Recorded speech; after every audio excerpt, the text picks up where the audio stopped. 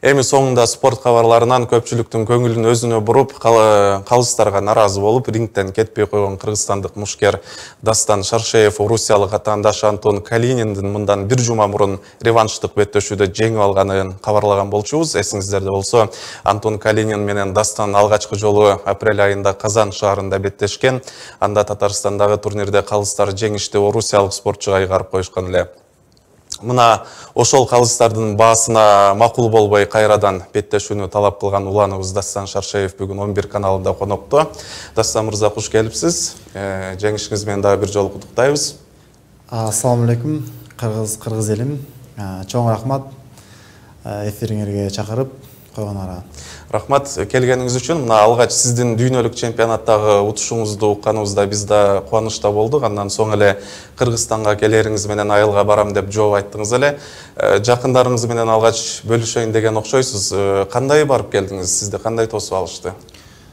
Барып келгеним аябай жакшы болду, бирок канча алыста жүрсөм дагы баягы мекенге сүйүү деген аябай атолук сезим менде күчтүү. Анан ошол турнир бүткөндөн кийин мен үчүн аябай чоң турнир бүткөндөн кийин эле эмнегедир мекениме тартып туруп алды.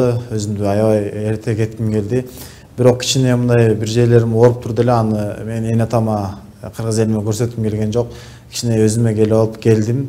Келерим менен эле дароо аэропорттон конуп, ошо үйүмдү көздөй аттандым. Үйгө барсам эне атам кучагын жайып, туугандарым менен тосуп алып, эми Аллага шүгүр, элдин батасын алып, кан чыгарып союп, Алла Таалага миң чекиш шүгүр айтып, кайра шаарга келип калдык. Жакшы. Ушундай өжөрлүк менен талашып, акыры акыйкатка жеткениңиз үчүн сизге алкыш. Бирок спорт дүйнөсүндө деги эле жашоодо мындай адилеттүүлүккө жетүү оңойго турбайт да. Сизге мындай учурларда эмнеден күч берет? Артыңызда колдогон кимдер турат? Колдогон эң биринчи бул Кудайга ишенүү, бирден бир. Андан башка сезим жок, андан башка ишенич жок болуш керек. Баарына Кудайга ишенүү.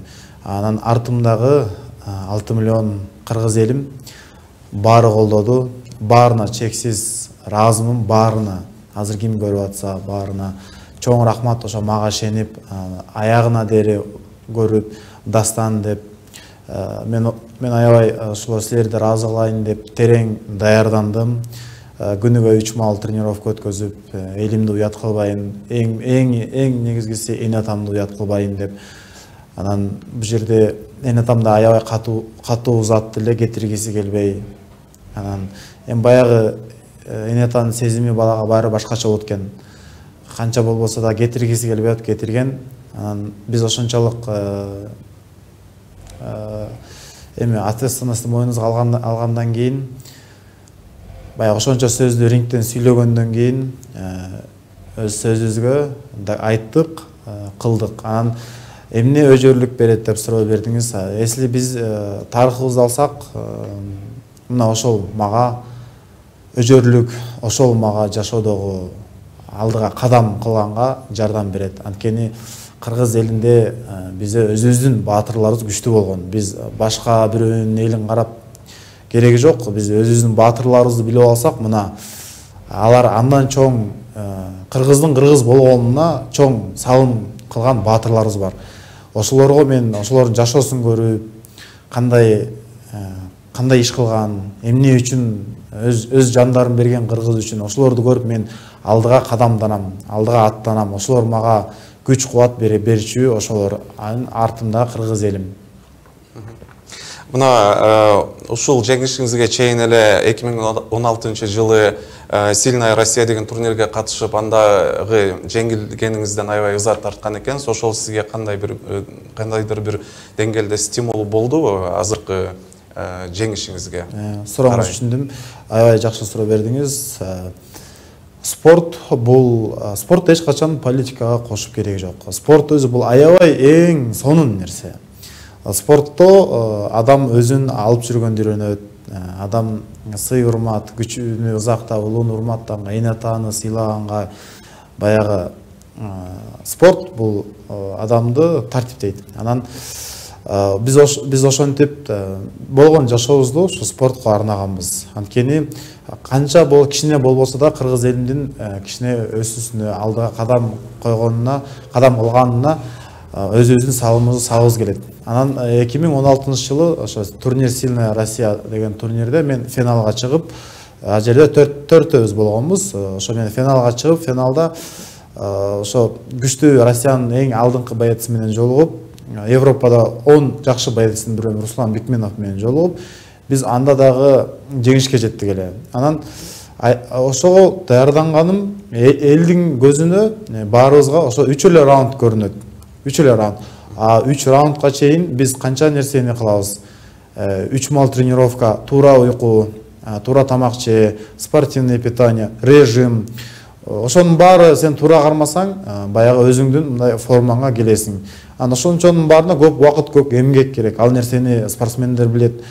Эч кандай акчага да сатып албайсың, коркутуп да албайсың. Ал өзүңдүн маңдай териң, өзүңдүн эмгегиң. Канча аракет кылсаң, ошончо берекесин көрөсүң. Маңдай тер таман акы. Ошол турнирде ошончо эмгек кылып уттум эле, пояс болчу. Аябай өкүнүчтүүсү бербей койду. Мен эмгегимди Кудай көрүп турат, бербей койду. Аябай ызаландым. Мейли дедим, унчукпай чыгып кеттим. Анан аябай ызаланып калдым. Даже эч ким билбейт аны. Эми атам көрүп турат, ошончо балам эми утат депчи ызаланып. Баягы рингден чыккандан кийин көзүмөн жаш агып кетти. Маны эч кимге көрсөтпөйсүң. Бирок ызаланган бул эркектин намызына тийген. Мен өзүмө намыз көзү кеткенде мен үчүн аябай. Даже рингден чыккандай мен урушуп кеткенге даяр болдум аны менчи. Анткени ал менин жеңишим болчу. Ал меники болчу. Ал кыргыз элимдики болчу. Дастан мырза, ушул теманы улай негизи сиздин адилеттүүлүккө болгон умтулууңуз спортунда чегинен кандайдыр бир социалдык деңгээлге чыгып кеткенин ошол эле чырдуу беттешүүнүн тасмасынан байкасак болот экен. Мына суроомду узатардан мурда, кийинки суроомду узатардан мурда дал ошол тасманы көрүп алсак.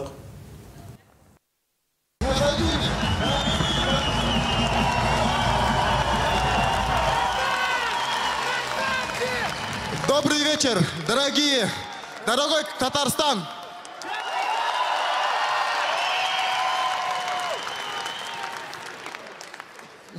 Татарстан я уже второй раз.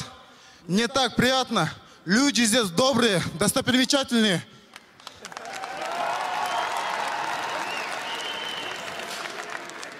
Я хочу сказать, вы все видели, я выиграл.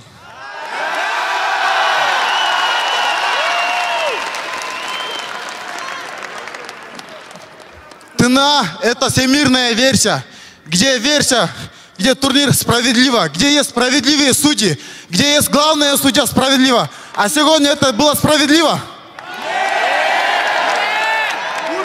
Так, задайте себе вопрос, где в этом мире справедливость? Где она?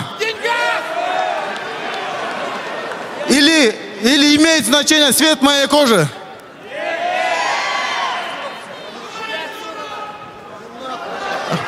Вам всем спасибо за то, что болели. И не забудьте, с вами был Дастан. Ничего страшного. Но сейчас тебя просто депортируют из страны. И ты сюда вообще не вернешься. Не все равно, пускай. Или же закроют. Смысл какой? Нету такого смысла.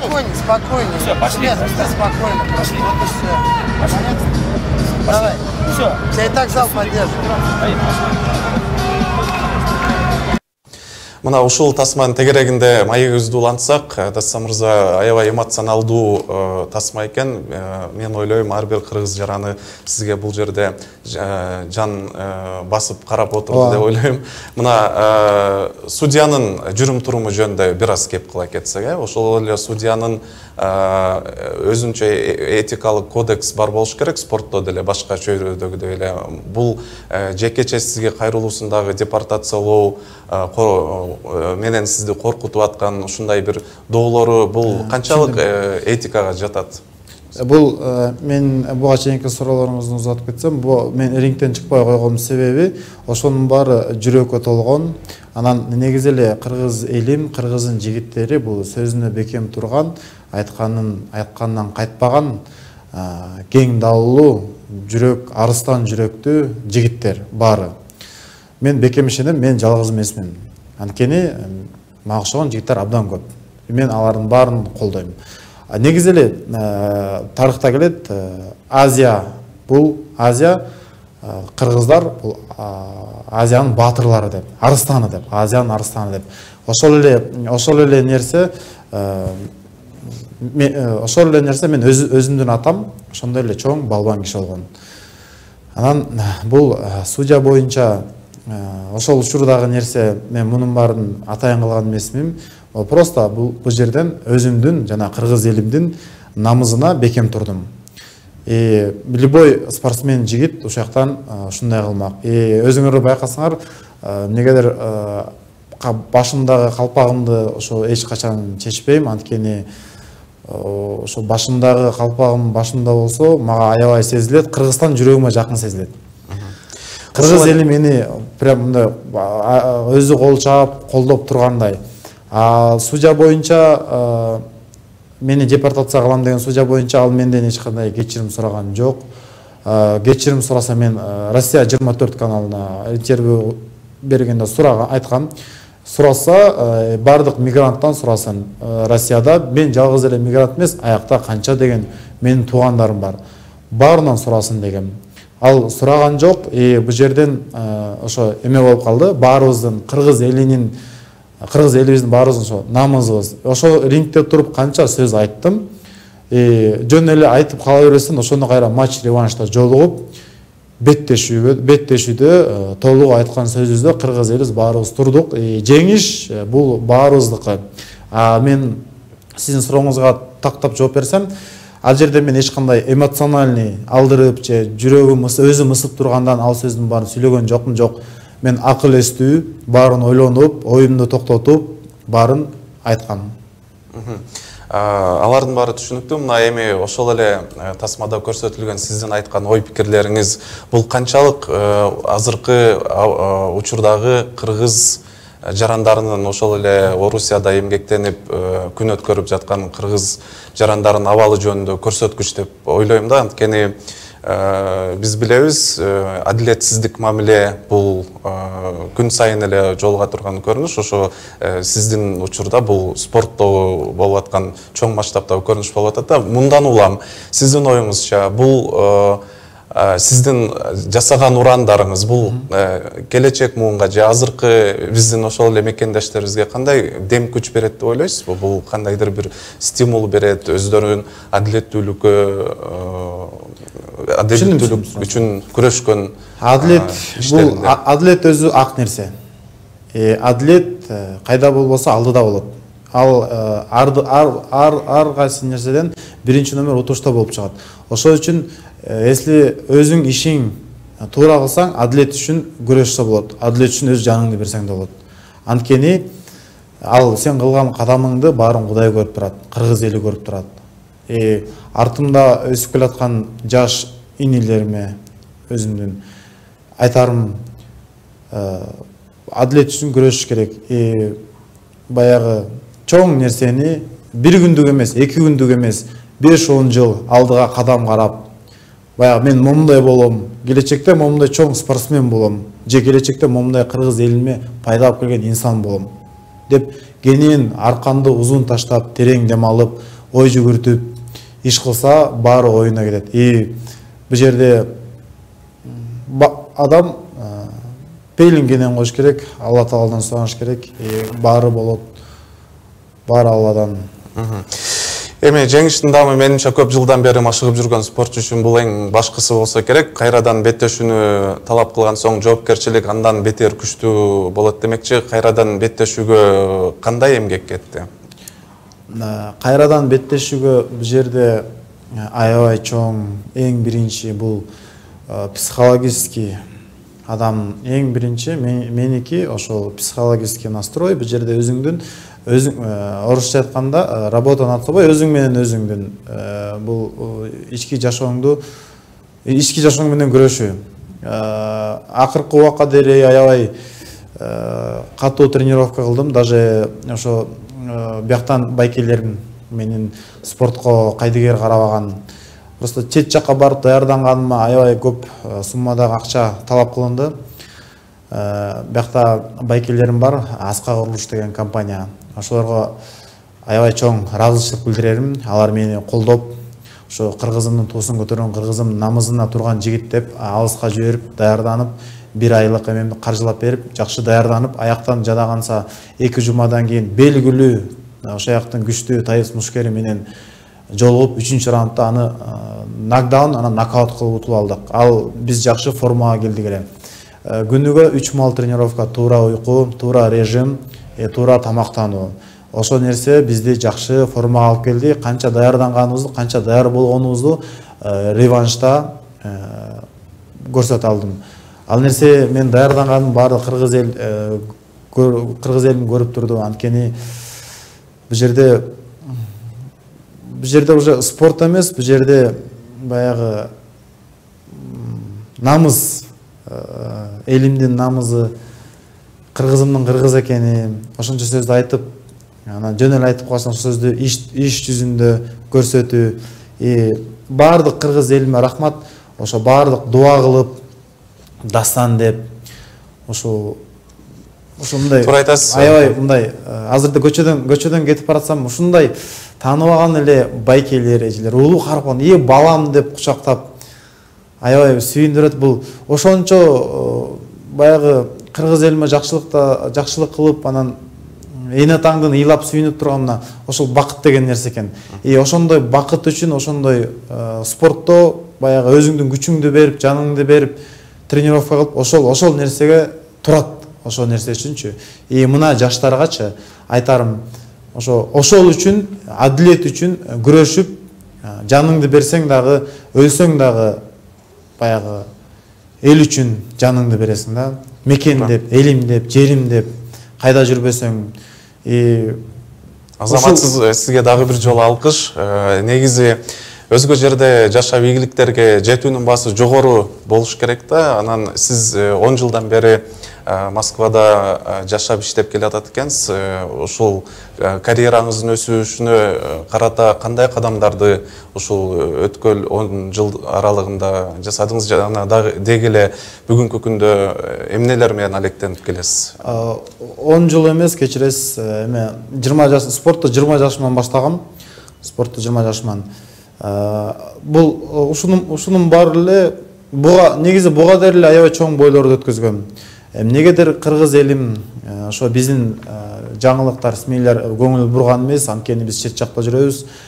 Биздин бойлорго көп бой өткөздүм, көп күчтүү бой, мындан күчтүү боецтерди утуп алгам. Просто бул нерсе ошондой болуп калды, баарына ошо туура эмес тартып коюп, элдин баарына ушул бойдун артынан элим мени таанын десем болот. Биз кыла беребиз бул нерсени ата мекен үчүн. Анан буга талыкпас эмгек, ошо эле анан бул талыкпас эмгек мекенге сүйүү, күчтүү үй бүлө.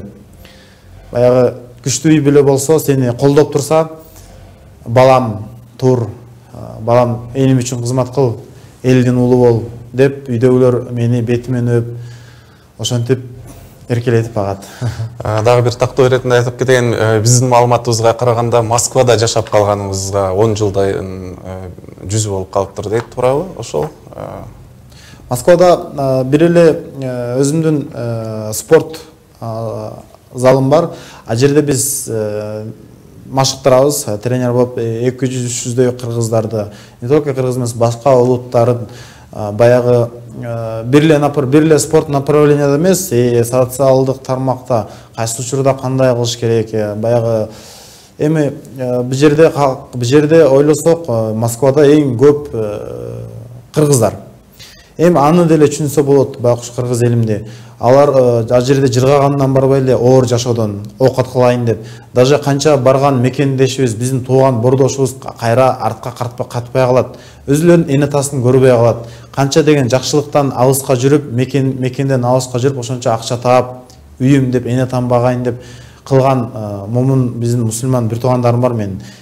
Ошолор кечке, эртеден кечке бутуна туруп, кээ бир ар кайсында грузчик болуш дейт, повар болуш дейт, дворник болуш дейт. Эми аякта бизде эмне таза кагаз кармаган жумуш күтүп турат дейсизби? Бөтөн жерде жүргөндөн кийин. Анан ошого да жетишип, баягы эртеден кечке кечки саат 6-7 келип машыгышат. Талыкпай машыгышат. Ошо балдарды көрүп баягы мындай сыймыктанасында, кыргыздын ушундай жигиттери бар, карачы депчи, баягы ушундай балдар бар, жап-жаш болуп бир семьяны багып, эжесин окутуп, үйүнө un аперип, нан аперип багып турганчы. Аябай күчтүү намаз окуп ушундай жигиттерибиз бар. И не только өз семьясын бакпаштан спорт жагына берилип, спорттон чоң жетишкен, багындырган кыргыздын мыкты жигиттери бар. Баягы колун кармап кучактаган келет. Анан биз бир эле спорт эмес, башка социалдык тармакта дагы биз Москвада министр МВД Аскат Алиев менен бирге иш кылабыз. Ал келип бизге ошондой сабактарды өтөт, кандай учурда кандай кылыш керек, кимге кандай өзүбүздүн укугубузду билишибиз керек. А Москвада жарандарыбыз эми көбү өзүбүздүн укугубузду билбейт, ошондуктан жанагындай случайларга попадать этип калып атабыз. А өзүбүздүн укугубузду биле алсак оңой. Ошон үчүн өзүбүздүн залыбыздын аты Айкөл. Биз не только спорт менен машыгып, жок, өзүбүздүн укугуну билгенге дагы жардам кылабыз. Анан жакшы, Кудай буйрса, көптөгөн мекендешибиз азыр иштеп жүрөт. Бирок баары бир канча деле карасаң, эми ойлойсуң, ошончо кыргыз элим, ошончо канча деген эл өз мекениңде эле иш кылса, өз мекениңде эле өнүксө депчи. Деп бир карасаң, аябай өкүнүчтүү, эмнеге биздин чоңдор ага кайдыгер карашат. Как будто биз мигранттар башка жактан келе, башка кыргызбыз да. Баарыбыз эле бир казандабыз го. Баарыбыз эле бир кыргызбыз. Ошол эле айта кетерим, өйдө жакта отурган чиновник байкелерге эмнеге деген суроо. Эмне үчүн кыргыздар ошондойбуз? Эмне үчүн бирибизди колдойбуз, а бирибизге бут тособуз? Өсүп келаткан нерселерибизди, мына бул жигит деп көтөрбөй артка тартабыз. Мамлекет, мен деле аябай өз Кыргызстанда жашагым келет. Бардык мусулмандар, ошо мигрант кыргыз элдерим Кыргызстанда жашагысы келет. Чет жакта тентип, ысыкта, муздакта, кенеде жерге жашап, бирде курсагы ток, бирде ачка, аябай кыйналып тапкан акчасы 30 000 рубль. Бул бизди аябай өкүндүрө турчу нерсе. Бул нерсени мен да айта кетишим керек болчу. Эми канча болсо да мен Кыргызстандын жараны болгондон кийин өз мекенимди мындай гүлдөп турганын көргүм келет. Өз мекениме жакшы президент көргүм келет. Эми биз ойлойм, келечек жаштардын колунда деп. Азыркы жаштар башкача терең ойлонот, терең иш кылат. Ошол эле жаштар жөнүндө кичине сөзүбүздү улай кетсек деп атам. Ошол мекенчил жаштарыбыз аз эмес, чындыгында эле өзгөдө жүрсө да өздөрүн жакшы үлгүлүп алып жүргөн жаштарыбыз да көп. Ошолорду мына сиз дал өзүңүз айтып кеттиңиз, ошолорду тарбиялап спортко тартуу иш-чаралар менен алекминде. Бул үчүн сизге дагы бир жолу алкыш. Ошондой эле бизде сиз билесиз, Москвада көп жашап жүргөндөрдүн көйгөйлөрүнүн бири катары мына өздөрүн патриот деп эсептеген кыргыздын жигиттери, кыздарды тескегендер бар эмеспи? Патриоттук группа деп чыгып жүрдү, Түшүндүм сөзүңүздү. топтордо. Ошого болгон мамилеңиз кандай? Анан ошолорго айта турган сөзүңүз бар беле? Ошол кыргыздын жигиттеринин арнамасына эч кандай шек келтирбей, ушундай кыргыз өзүбүздүн жарандарды өзгөдө ушундай кордук мамиле менен патриоттуулукту жамынып алып иш-чараларды өткөрүп жүргөн жарандарга эмне дейт элеңиз? Негизи бул жерде эсли ошол көйгөйдүн түбүн карасак, иш анда эмес. Иш эркекте, бизде. Эркек болсо анда иш болбойт. А эмнеге биз ошондой өзүбүздүн аялыбызды башка мамлекетке жиберип, өзүбүз үйдө отурабыз? Ошо биздин кыздар, карындаштар, өзүбүздүн кыздарыбызды жиберебиз чет мамлекетке. 9 өтүп, 11 өтүп, эмнеге өзүң барып иштебейсиң деген суроо. Ал кызды жибердик, эч кандай же орусчаны билбейт, же эки сөздү кошо албайт, аны иштеп жүрөт. Эми ал баягы эч нерсени көргөн эмес, ага баары кызык. Ал жаштарга баары. А если эркек киши эркек болуп, жөн, сен үйдө отурасың. Сен мону кыласың десе андай болбойт эле. Ал патриоттор болсо болсо аралжы маселенин өзөгү баарын эле түшүнүктүү, бирок биз азыр сизди акыркы күндөрү өзгөчө социалдык тармактарда сиз кыргыздардын мекенчил ошондой үлгүлүү жаштарынын бири катары белгилүү болуп келатасыз. Ошо мен жалгыз эмесмин. Мага окшогон кыргыздын баатыр жигиттери, бирок ошого байланыштуу сиздин айтар сөзүңүздө ушул жигиттерге ушундай мамиле жарашабы же негизи эле ушул көрүнүшкө болгон сиздин мамилеңиз кандай кыскача? Ал ошо мен сөзүмдү аягына чыгарып коеюн. Если мына мен артымда өсүп келаткан 6 карындашым бар. Мен өзүмдүн. Мына ошо 6 карындашым мен башка аял кишиге кандай мамиле кылсам, ошо мен артымда өсүп келаткан 6 карындашыма ошол башка тараптан ошондой мамиле кылат. Коом эч качан өзгөрбөйт сен өзүңүз өзгөрмөйүнчө. Бир адам өзгөрүлгөнү бул 50 жылда эл өзгөрөт дейт. Ошо үчүн ал Москвада кылган ал иштер негизи туура эмес. Бул негизи аял заты бул ыйык зат. Анткени аял затына жакшы мамиле кылыш керек. Аял заты биздин уландыбыз, биздин мамабыз, биздин энебиз, келечекте биздин аялыбыз. Аял заты болбосо кыргыз эли өнүкпөйт. Ошо үчүн өзүбүздүн аялдарыбызды мындай бекем кучагыбызга кышып алышыбыз керек. Кадыр баркын. Ошо даже бул кайсы бир историядан окугам, если мусулмандарды багындыргың келсе дейт, силер балар жеңе албайсыңар дейт. Алардын аялдарын багындырсаңар, ошондо алар багындырса болот дейт. Ошо үчүн просто бул жерден биз деле эркектердегүнү ал кыздын Москвага барып антып кеткенине биздин ал кыздын күнөөсү жок. Ал кыздар аял заты, алар сүйүүгө жаралган, баягы дагы сөз бар го, жылы сөз жыланы ийинен чыгарат деген. Анан Дастан мырза, рахмат айтам. Оюңуз түшүнүктүү болду. Эми маегибиздин соңунда сизден сурайын деп турган, менин оюмча бул бардык эле телекөрүүчүлөрдүн оюн билдирет болуш керек. Сиздин келечекке болгон пландарыңыз, карьераңызды кандай өнүктүрүүгө койгон аракеттериңиз болуп жатат, кыскача мүмкүн болсо? Бизде азыр жашпыз, Кудай буйруса. Алдыда дагы 5 жыл жакшы өзүмдү көрсөтө алам. Спорт жагынан каякта болбосо болгон күчүмдү, болгон теримди, керек болсо жанымды кыргызмын деп бергенге даярмын. Баягы дагы бир макал бар, баатыр бир өлөт, коркок миң өлөт дегенде. Анан азыр пландарым боюнча ушу бойдон кийин аябай чоң бизге предложение түштү. Жанагы Америка штат өлкөсүндө азыр учурда эс алып эне атамдын алдындамын. Аттанып кайра кыргызмын деп ак калпагымды кийип, желегимди жамынып, кыргызымдын гимин ойнотуп кызмат кылганга даярбыз. Не только спорт эмес, ошунча эмгек кылып кыргыз элиме дагы башка тармагында өзүмдү да көрөм. Алхамдулилlah, Кудайга шүгүр, образованиябыз да бар. Келечекте Кыргызстанга келип өзүмдүн школамды ачкым келет. Жаш балдарды тартиптеп чоңойткум келет. Ошо канча турнир болсо чет жактарга, мисалы башка өлкөлөр аябай карашат. Мисалы ошол эле Россия, Чечен, Грозный да аябай маани берет. Эмнеге биз андай маани бере албайбыз? Эмнеге бизде түрткү бере албайбыз? Бизде канча деген байкелерибиз бар, агаларыбыз бар. Bizde özüle Kırgız eli negizde ekonomika слабый болгон мен кыргыздар өзү жакшы турабыз.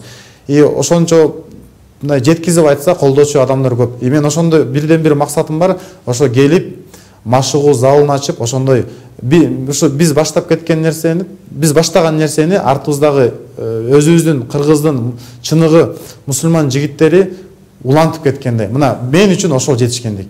Мен үчүн ошол жетишкендик. Рахмат. 11 каналдын коногу Мушкер Дастан Шаршеев менен түз ободо баарлаштык. Сиздин спорттогу карьераңыздын өсө беришине тилектешпиз.